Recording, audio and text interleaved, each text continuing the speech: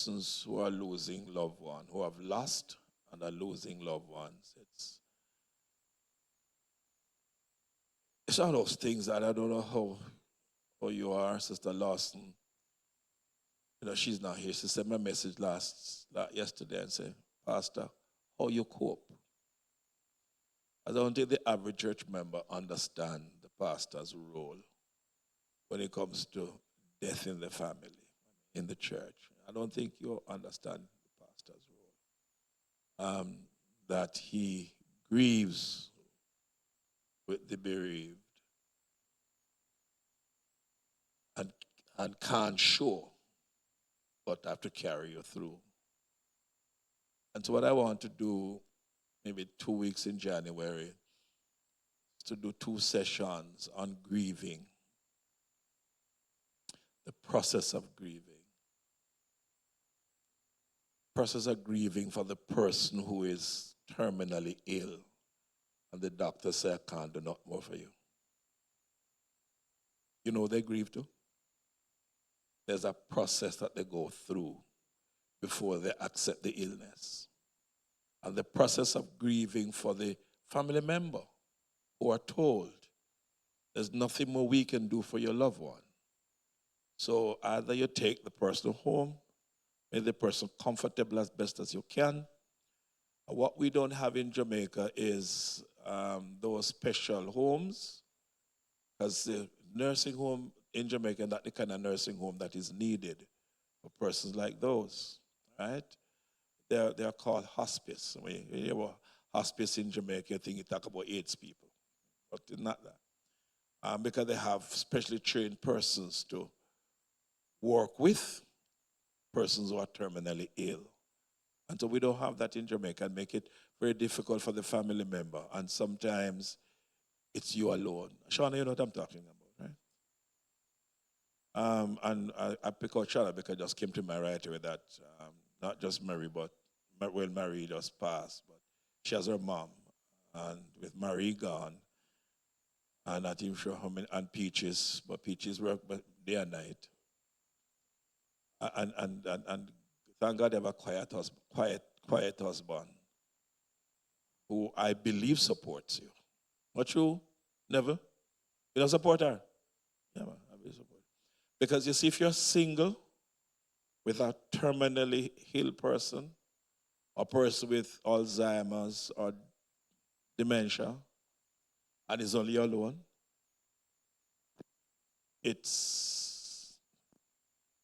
I can't explain it. I can't explain it.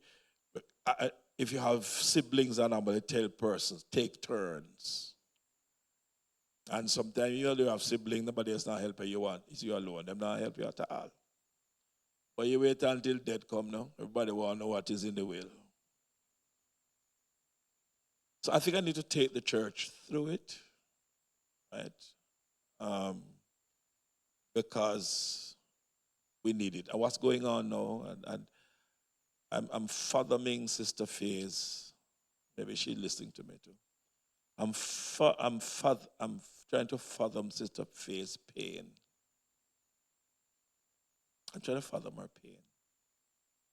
And within 4 weeks, 5 weeks, you have lost 2 of the closest person to you. A husband and a daughter. Irreplaceable. Even if you marry again, you can't replace the one that is gone, Irreplaceable. And how do you fathom it? Some of you don't even know. You just laugh and go on, How do you fathom that? Those are some challenging moments. If you lose one and you feel the way you feel, you lost your mom, is a year ago? Yeah. How long ago? How much? So long? Oh, time fly. Of course it lingers. I told somebody recently, take down your mom picture of your 2 persons. One did it and called me about 2 weeks after and said thanks. The other one said no, now take it down. Years. Her mom photo is still on her status. right? Grief depend on you and how you deal with it. People don't know. It depends on and how well you can deal with grieving. So I'm going to do that during January. So we are talking about the tribulation. Missed last week. I think the week before was rain. Am I right? Mm-hmm. So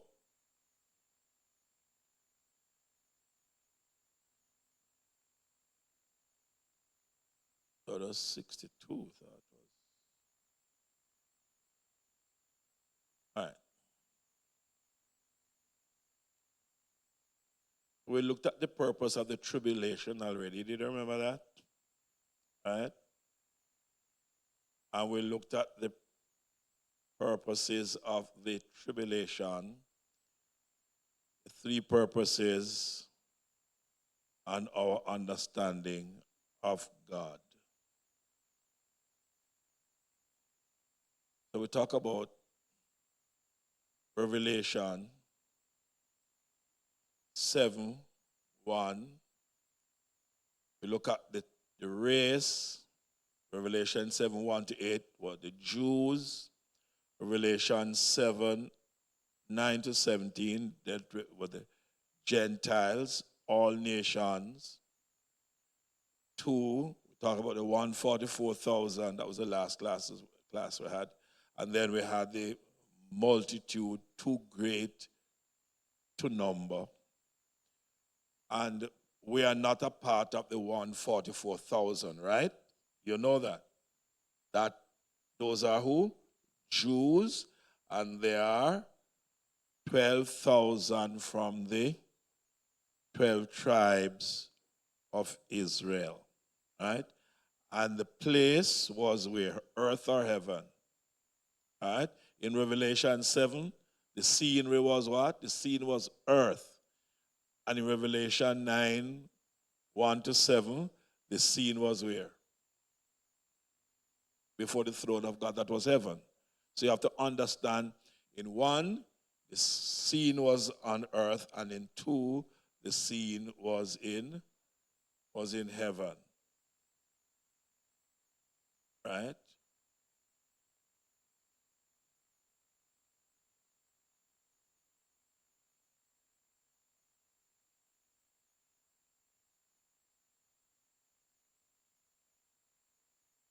So we're going to look at tonight the tribulation brings the judgment of God.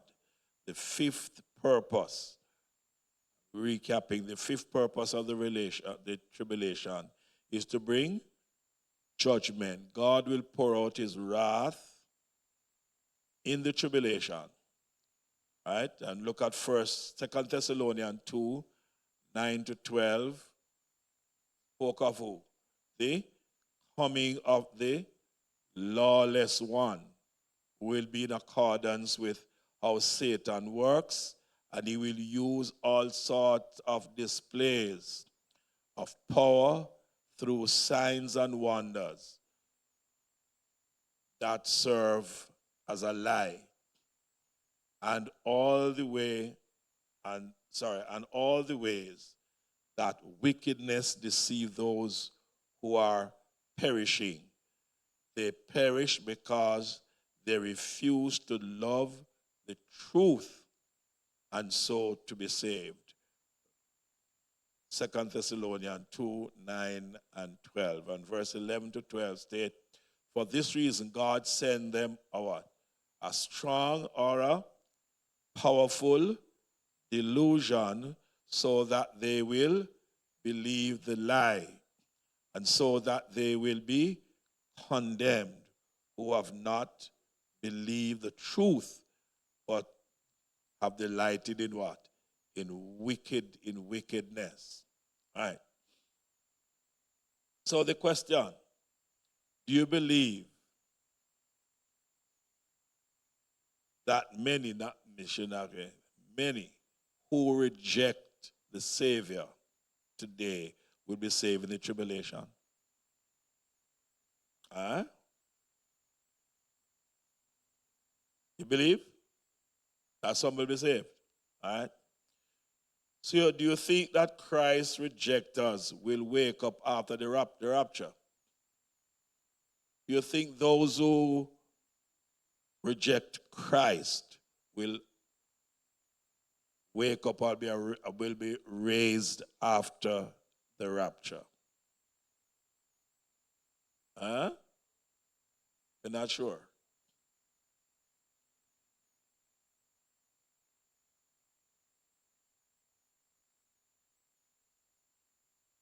Will they wait before the rapture or after the rapture?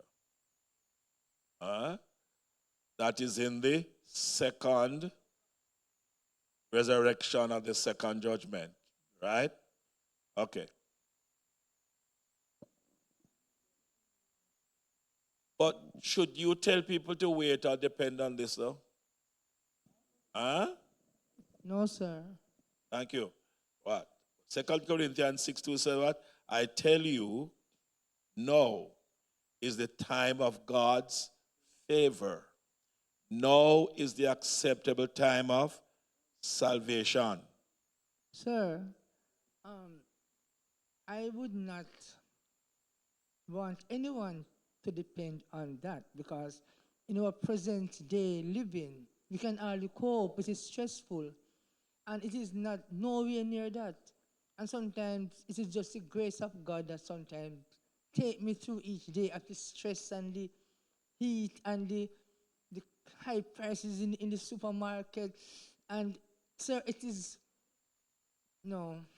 Most importantly, is that when the rapture comes and the church leaves, the Holy Spirit leaves with the church. The convicting agent of men will no longer be here. And that is the most important part of it. Not just your own experience now, but the convicting agent. Who is he? The Holy Spirit will not be here to convict anybody. Yes, a few will be saved during that period of tribulation, other than the Jews. Gentiles will be saved too because of the mercies of God. But you know how difficult it is going to be? And even when they turn to God and they are told, I don't go to the supermarket, they say supermarket price high now. That's what you're saying. You wait. When they go to the supermarket and they don't have the mark of the beast, and they cannot buy, they cannot sell nor purchase. Think of how difficult it would be to continue. If you're saying it did, some people say it did difficult now to continue. Think about then.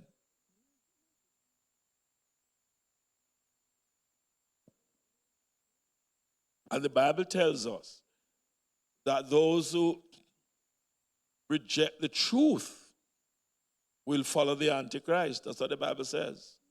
Those who reject the light today will have less light tomorrow. God adds to the diligent, but he subtracts from the negligent. Right?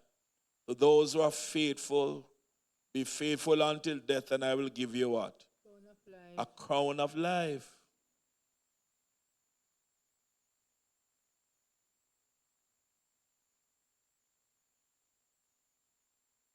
Look at Matthew chapter 13, verse 12. It says what? Whoever has will be given more, and they will have an abundance. But whoever does not have, even what he has, will be taken. Well, it's a plural in the scripture. What they have will be taken from them. So he gave to those who are committed, or those who are gent. Even what they have is taken away. Matthew 25, verse 28 and 29. Take the bag of gold from him and give it to the one who has 10 bags. In the King James Version, it refers to talents. For whoever has will be given more, and they will have an abundance. Whoever does not have, even what they have will be what? Taken from them. Both scriptures ties in to each other.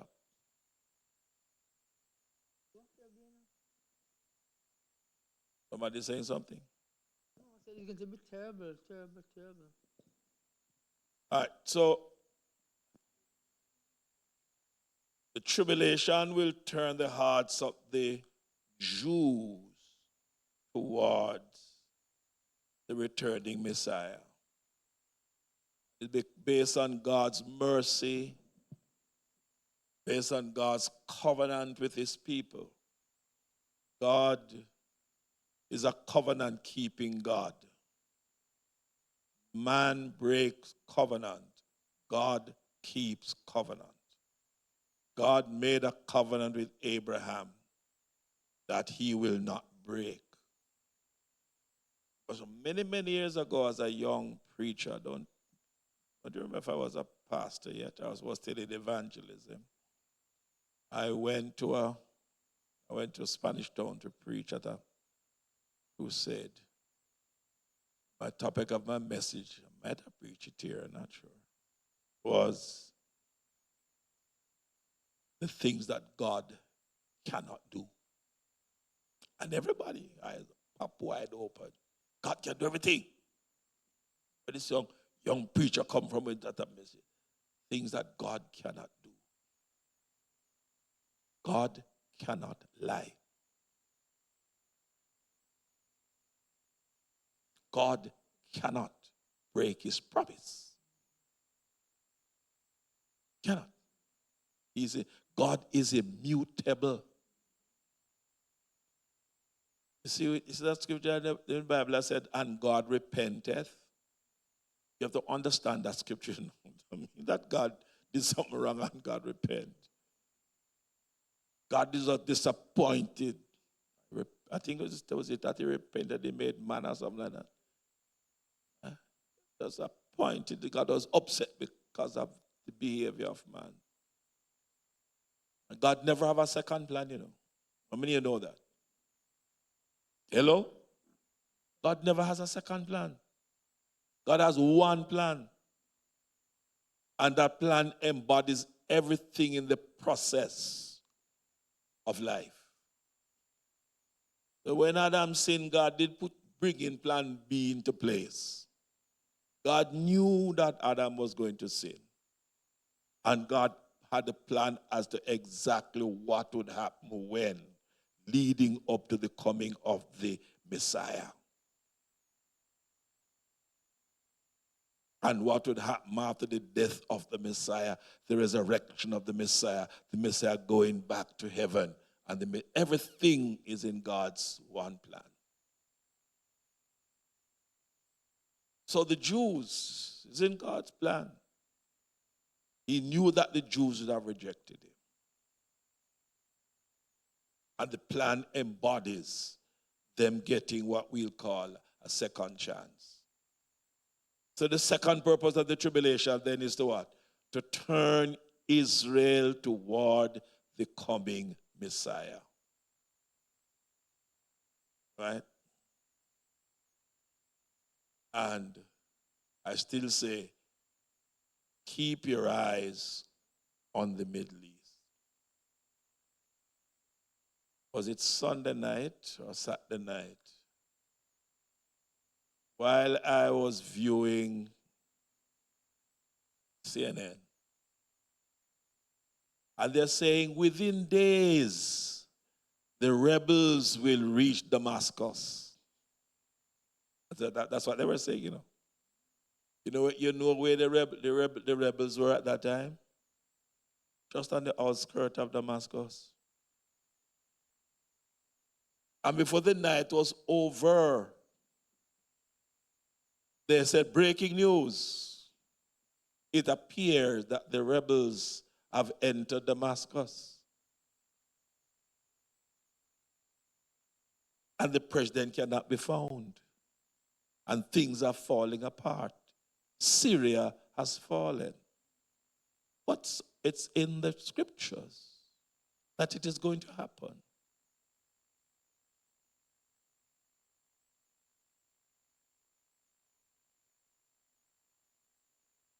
The leader of the movement was once with Al Qaeda. Nobody know about Al Qaeda? One of the most vicious Muslim person, our group. And then he left the Al Qaeda, and for a time he was with IS. Or ISIS, whatever I call them. ISIS, different names, yeah. He is a Sunni Muslim. And the Sunni Muslims believe in the dominance of Islam. So whatever he's saying now, could be just a dress rehearsal.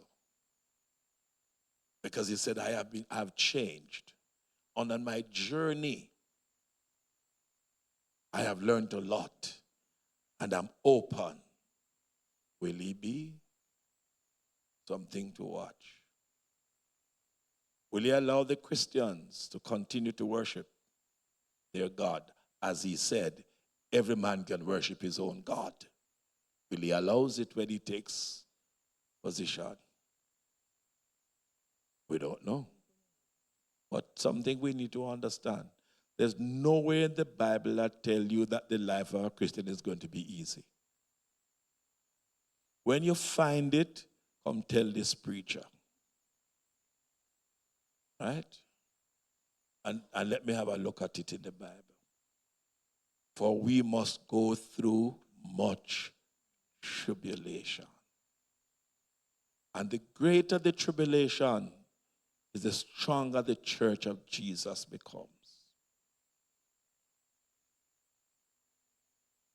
You know, when the church expanded in Cuba, the church grew in Cuba when the government locked the church doors, took away the Bible schools, and turned them into trade training centers, and tell the people to stay home at them yard and worship.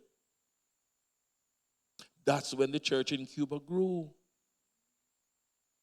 It grew in such a way that the government had to say to them, "We're not go back on the church." Because every house church flood over the house into the yard. And they were saying that the Christians were taking up too much space in the public transportation on Sundays and Saturdays going to church. So they must stay home. Now then tell them to stay home. And when the thing blow up wide now, and the house couldn't hold, they went back and said, "Too many are gathering together." They said, "But that's what you told us to do." All right, don't go back. Right? The church gets strong under persecution. Read the book of Acts. The church gets strong when it thinks it's going under oppression. I don't want to talk too much because I may have goat mouth. That Jamaican Christians are too comfortable. You're too comfortable, man. We don't know what it means. Right? John came to prepare the Jews for Jesus. In Malachi 4, 5, and 6,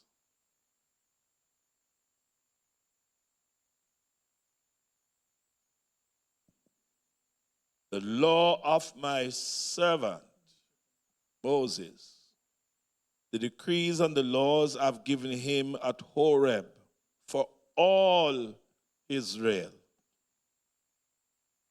Verse 5, see, I will send you the prophet Elijah to you before that great and dreadful day of the Lord comes. He will turn the hearts of the parents to their children, and the hearts of the children to their parents.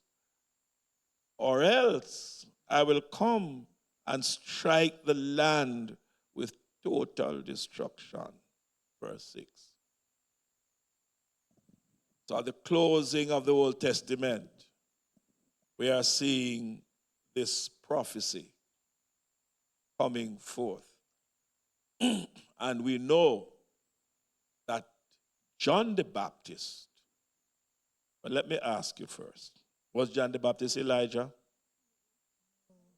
Hello? No, he wasn't Elijah. But what about John the Baptist that make him comparable to Elijah? He was he was fearless, basically. One, he was fearless. He was in the wilderness. Yes, I think he was in the wilderness. Lived outside, yes. Yes, and His mode of dressing yes, was that of Elijah. and I think what they eat And his was food, similar to and what his they ate. food was similar. Locust and honey was his food. That's a similarity between those. So he came in the spirit of Elijah. That is why they thought he was Elijah that came back in reincarnation. But John came in the spirit of. That is just as fearless as Elijah was, John was. Right? Let's look at Luke chapter 7, 1:17, sorry. And he will go on before the Lord, and the spirit and power of Elijah, so the angel said, to turn the hearts of the parents of the children and the disobedient to the wisdom of the righteous, to make ready the people for the Lord. So I want you to mark this text and mark the text before from Malachi. I want you to go and sit down and absorb them. Meditate upon them. Look at them carefully and see the comparison between both of them. Right? One said, I'll send Elijah. The other one said, I will do what? I'll send someone who is what? In the spirit and power of. Right? Elijah. Likewise, the two witnesses will prophesy for 1,260 days. During this time, many Jews, that's during the tribulation, many Jews will believe in Jesus. Right? And we know that the tribulation, the 70th week, is what we call Daniel's 70th week for the Jew. It is the beginning of the time when all Israel will be saved. That's what the text says. Right? People will come to know the Lord. So Romans 11, 25 to 27. Everybody read from the monitor, because I've been reading.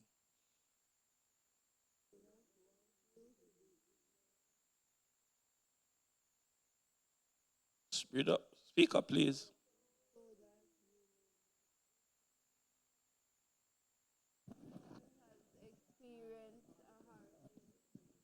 in part until the full number of the I didn't want you to Gentiles use the has mic because I come. want everybody to read. If you do that, I don't hear them. I want everybody to read.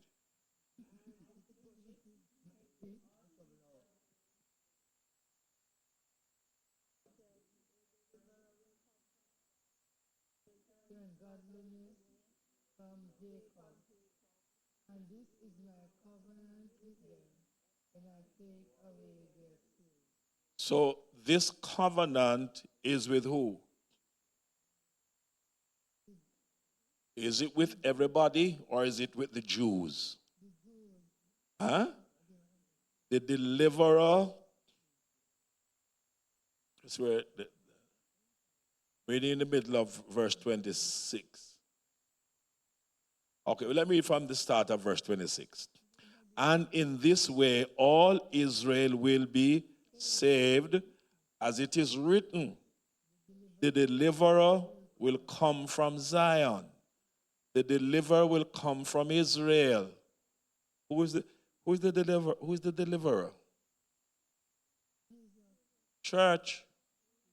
Who is the deliverer? Jesus. He will turn godlessness away from Jacob. Israel. Jacob, Israel. Do you recall that Jacob's name was changed? What's the name was changed? From Jacob to what? Israel. Right. And this is my covenant with them when I take away their sins. Note carefully. But they will have to act. He's not others pull their sins unless they come to him. Because God is impartial. It's simply because of his covenant promise with them that he's going to be giving them this opportunity to come to him. Right? So it begins what we call the time when God will take away the sins of the Jews. Again, refers to Daniel 9, verse 24, and Romans 11:27. And this is my covenant with them when I take away their sins. Exodus 7:11, or 7 to 11. God used a series of what? That's Exodus chapter 7 to Exodus chapter 11.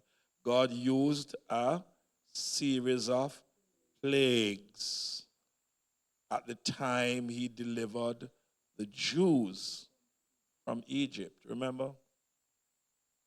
You got to remember. What was the last plague?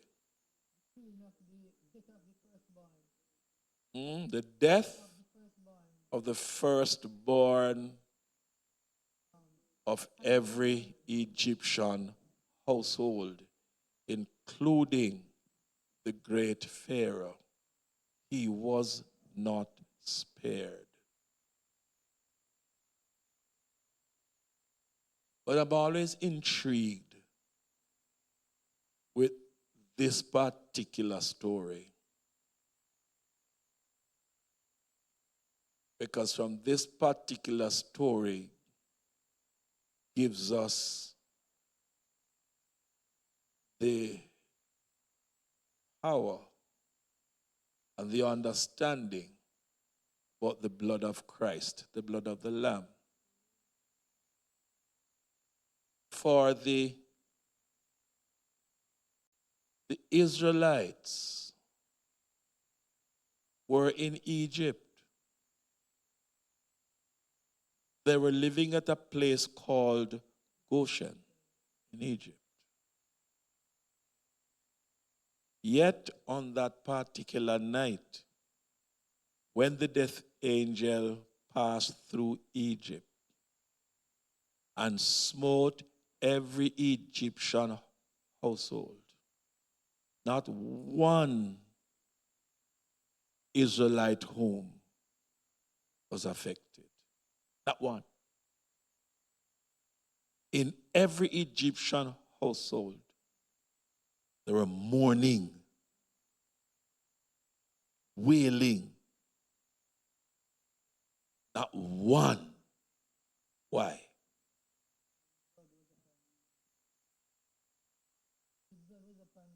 Because you want to talk, Rosalind?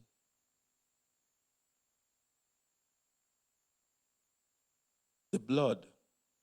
But I need a definitive or a specific statement. The blood. No? The blood of the Lamb. The not just blood, the blood of the Lamb, which was placed upon the post of the door, lintel. When I see the blood, I will pass over you. And that lamb was a representation of Christ, the Christ to come. The slaying of the lamb saved Israel. The slaying of Christ, or the crucifixion of Christ, saved all peoples, not just Israel or the Jews, but for all mankind. See the difference? And so this story carries a great impact for the church. For the church.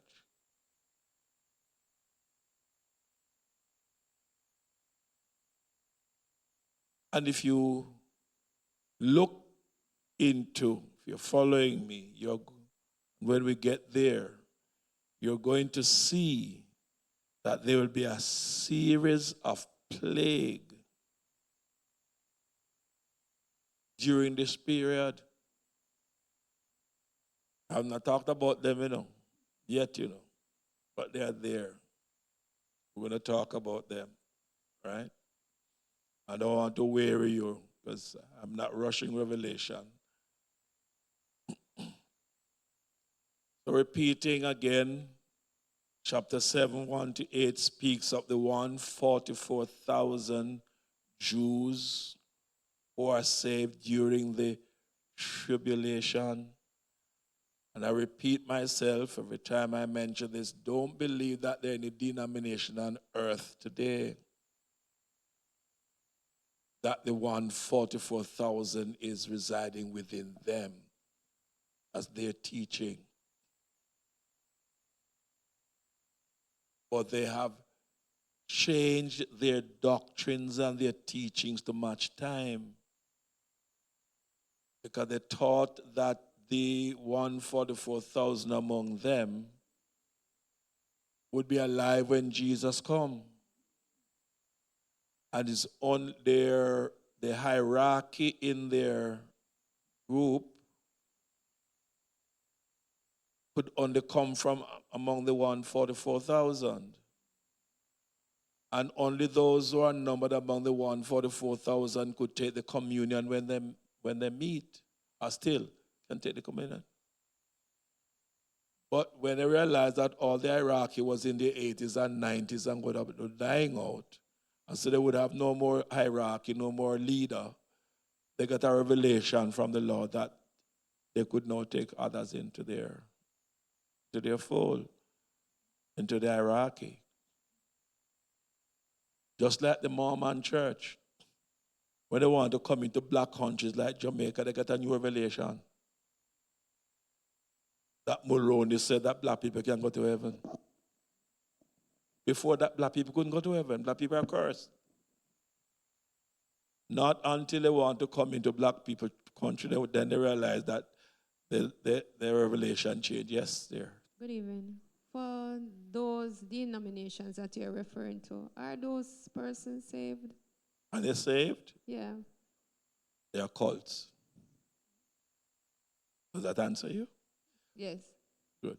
Because God is merciful and none of them can save tomorrow morning. So I dare not say they can be. Tomorrow morning, they can change. But,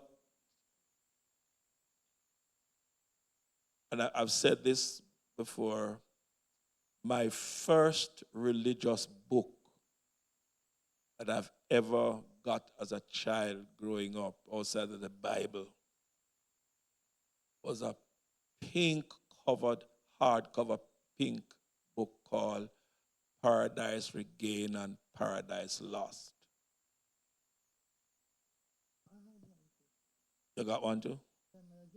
Okay, that is my first religious book outside of the Bible, and that was from the Russell Heights, right? Because they came into my district, and my grandma bought one for me, and I read it from cover to cover to cover to cover to cover to cover. So when I talk, I know what I'm saying, right?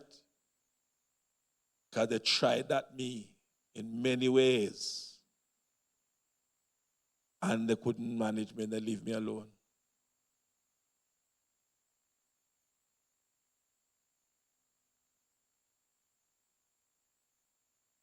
The Mormons don't never, they've never, don't, they're smart. They never came at me. But the Russellites came. Russellites also asked one of my churches, a daughter, to run me out of her house. And she looked at them and said, if I run him, when mama come home tonight, I have to leave the house. So I said to them, okay, since she can't run me, best you leave. When you know the Bible, you can stand up against any wind of doctrine that comes your way. If you don't know the scripture, you are tossed all over, you are pushed all over the place. So when we stand up there and preach on a Sunday morning, or stand down here and teach on a Tuesday night, that's not enough. You must go into your Bible. You must make sure that what we're telling you is so. And if it's not so, now listen, me tell you that. Any day me go up there and teach what not in the Bible, do not listen to me anymore. Come and sit down and tune me out. And I tell you, leave the house of God, it don't belong to me. But just tune me out. Right? You must know the scripture for yourself. You know, many Seventh-day Adventists think I'm a Seventh-day Adventist preacher. If they don't know me, they always come and say, praise God, you're one of us. And those who know me will say, boy, we hope you're one of us. My answer has always been, I'm one of you, but you just don't know. What do you mean by that? I am an Adventist. I just don't worship on Sunday, on Saturday, but I'm an Adventist. Let me see that they have all those who are Adventists in the church. Let me see your hand. If you're an Adventist, hold up here. Let me see. Come on.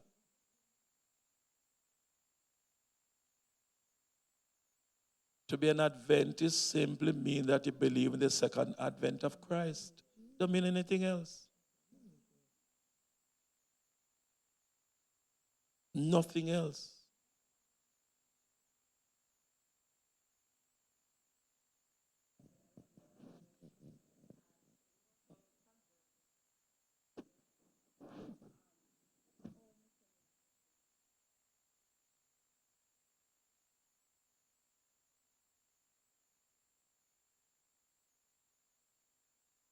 Exactly.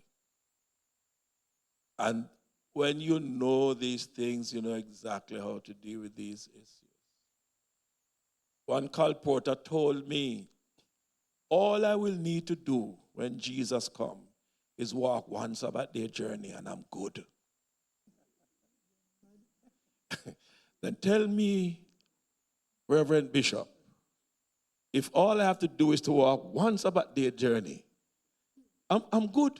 Because when Jesus comes to walk one Sabbath day journey, I'm going to go straight to the gate. Because there was nothing more that they could have said to me. Nothing. Know the Bible for yourself. I am disappointed that when I see Christians don't love Bible study. And not just here, there's a general thing all over. Bible study.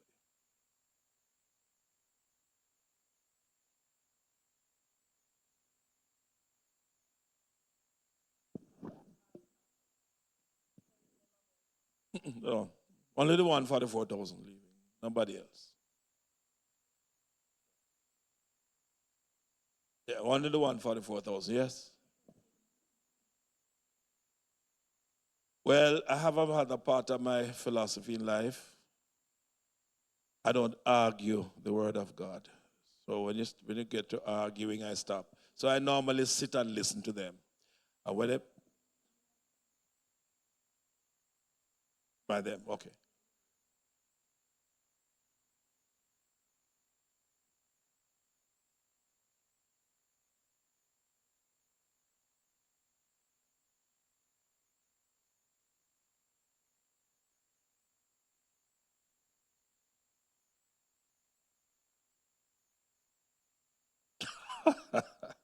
Well,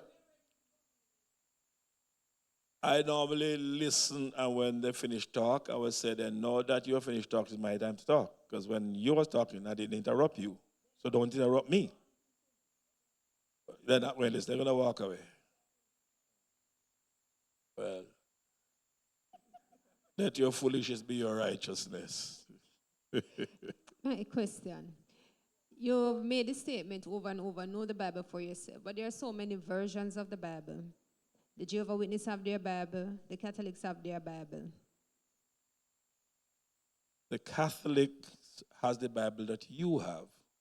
The difference is that the Catholic Bible also carries the Apocrypha to the back.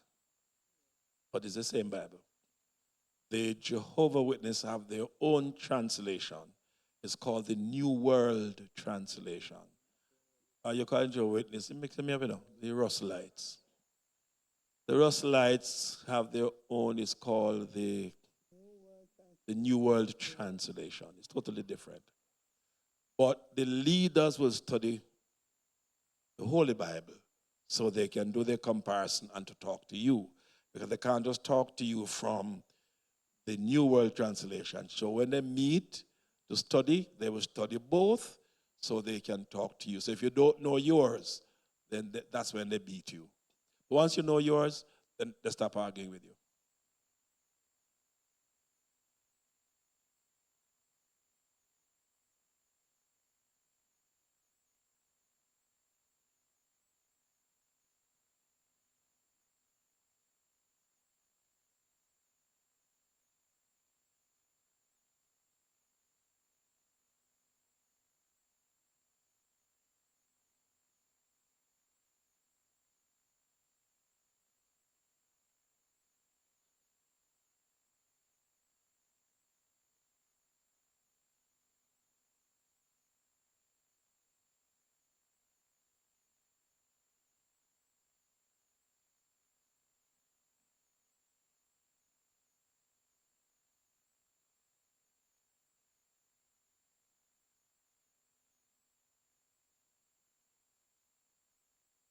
Yeah, they will. I'm saying they do.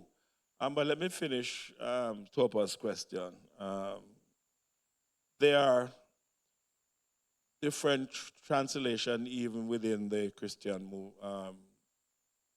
religion, because you have the King James Version, then you have the New King James Version, you have the NIV, Then you have the New English translations. You have the Amplified Bible. Oops, that's 5. And there are many others. All right. You notice unless it creeps upon me, I really don't allow certain translation to be read in the church. Because the earlier, the later the translation is, the more it move away from the original text. Right? And I'm not telling you that the King James Version is the best, because it is really not. Right? The two closest to the original manuscript are the New King James and the NIV. They are closer to the original manual. But we as preachers, we will use the other translations to bring out our point. So I use mostly the NIV. And I use the King James Version because sometimes what you want to bring across is clearer coming from the King James Version than the NIV. Right? I will not use the Amplified Bible alone to read or preach from in the church, but I will use it in my preaching to bring out the point. So I will read first from King James or NIV, then I read from the other one, because I want to bring out a point to you that is better understood if I do both. Right? But because the Apocrypha is not recognized as part of the inspired text, we do not give it or promote it in the church, and I don't preach from it either. I don't. If I'm addressing a group, I might, in address, I might refer to part of it. The Apocrypha is mostly antiquities of the Jews. Talk about their history, their wars, their culture, and that sort of thing. So that's what you get from the Apocrypha. I have a copy of it, but I don't preach from it. Possibly if I'm teaching in a university where you have to be balanced enough for a Bible college at a certain level, where you are balanced enough to understand, I have to do it there because you have to understand the Bible, right? And you have to know the different text and what they mean, right? So when I talk about the antediluvian age and the 400 years between Malachi and Matthew, we call it the intertestamental period, what we would have studied there as theologians, it's to give us enough knowledge to come and preach effectively to you, but not to come tell everything that we learn there. We can't do that because you can't there's no way that you can teach everything you learn. But you get the knowledge to help you to impart and to explain theology better. Okay. Does that answer your question? All right. So I think we have arrived at 8 o'clock. I think we had a good interactive session tonight. We're going to complete next week, Tuesday night, and then you get your Christmas break, and come January breaking, before you came in, Bishop, I'm going to do 2 weeks in January, thereabout, on grief, and because I think we need it. And so I'm going to talk about how the terminal ill person grieve and how the family members grieve leading up to death and after. So we need to understand the process. We'll do it in January. I may talk to you about February afterwards. So I can't jam them with Revelation too much. He is Revelation a little bit. All right, so thank you. Praise the Lord. Amen. Thank you listening to my cracked voice. Stand everybody.